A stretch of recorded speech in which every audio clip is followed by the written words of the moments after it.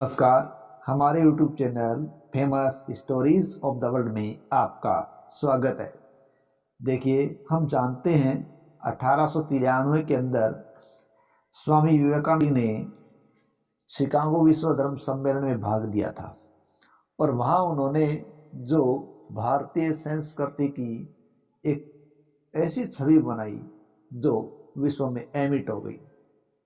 और वहीं पश्चिमी सभ्यता से ओतप्रोत एक महिला मार्गरेट एलिजाबेथ नोबल उनकी शिष्या बनी और भारत में आई और भारतीय इतिहास के अंदर वो सिस्टर निवेदिता के नाम से चर्चित हुई।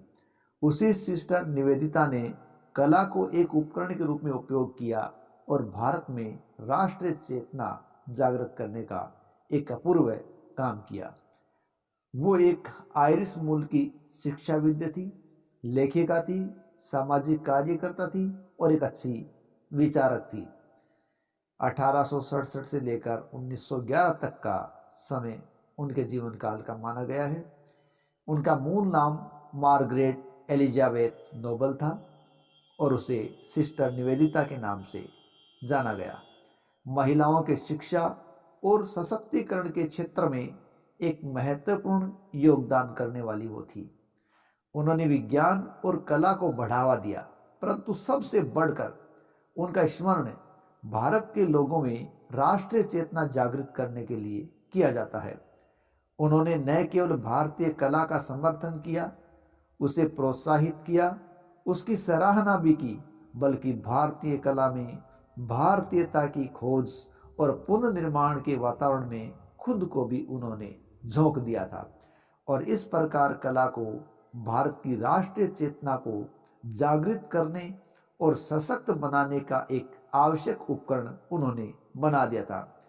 मार्गरेट नोबल या सिस्टर निवेदिता का मानना था कि मातृभूमि की जागृति के लिए कला में भारतीयता का पुनर्जन्म आवश्यक है और पश्चिमी कला की नकल करने की मौजूदा प्रथा से दूर रहने और भारतीय कला के विचार को अपनी स्वदेशी जड़ों के साथ जोड़ने वाली शक्ति के रूप में विस्तृत करने और स्थापित करने हेतु कड़ी मेहनत करने के लिए युवा छात्रों के साथ उन्होंने लंबी चर्चा की, सक्रिय बातचीत की।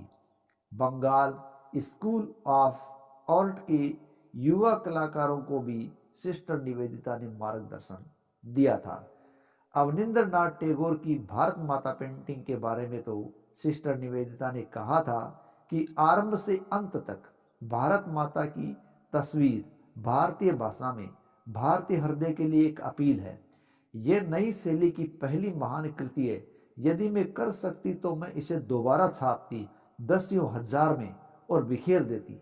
यह भूमि पर तब तक प्रसारित होती जब तक कि केदारनाथ और केप कैमोरिन के बीच किसी किसान की कुटिया या शिल्पकार की झोपड़ी नहीं थी जिसकी दीवारों पर कहीं भी भारत माता की प्रस्तुति नहीं थी। बारंबार फिर जब कोई इसके गुणों को देखता तो वह विचित्र व्यक्तित्व की पवित्रता और नाजुकता से हैरान हो जाता था। इस प्रकार विवेकानंद की शिष्या बनी सिस्टर निवेदिता ने भारतीयों में राष्ट्रीय चेतना जागृत करने के लिए कला को एक विशेष रूप से इस्तेमाल किया था। जय हिंद, जय भारत।